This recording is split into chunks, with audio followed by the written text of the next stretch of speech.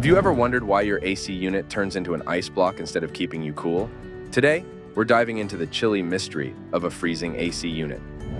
This common issue can be a real headache, especially during those hot summer days when you need your AC the most. But don't worry, we've got you covered with some simple solutions. And make sure you stick around till the end for a pro tip that reveals the most common mistake leading to this frosty problem. First, check for dirty filters.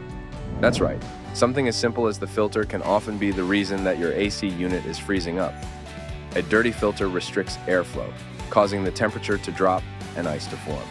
Make sure you replace the filter regularly. At the end, we'll link to another video that shows you exactly how to do this. After replacing the filter, if you still have issues, we recommend seeking professional help from a technician at Pure Plumbing and Air. You could be low on charge and require more refrigerant to cool the air, or you might have a clogged evaporator coil. Both of these issues are best left to the pros.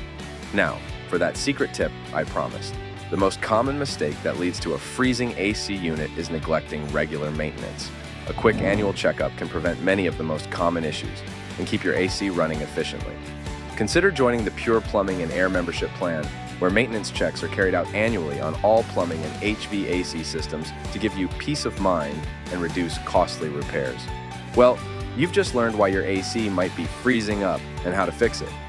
If you found this information helpful, please click the like button, subscribe for more useful tips, and turn on notifications so you don't miss future updates. This video was brought to you by Pure Plumbing and Air in Las Vegas.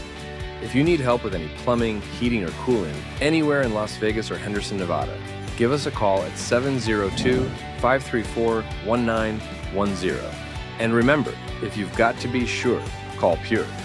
If you like this video, then you'll find this one helpful too.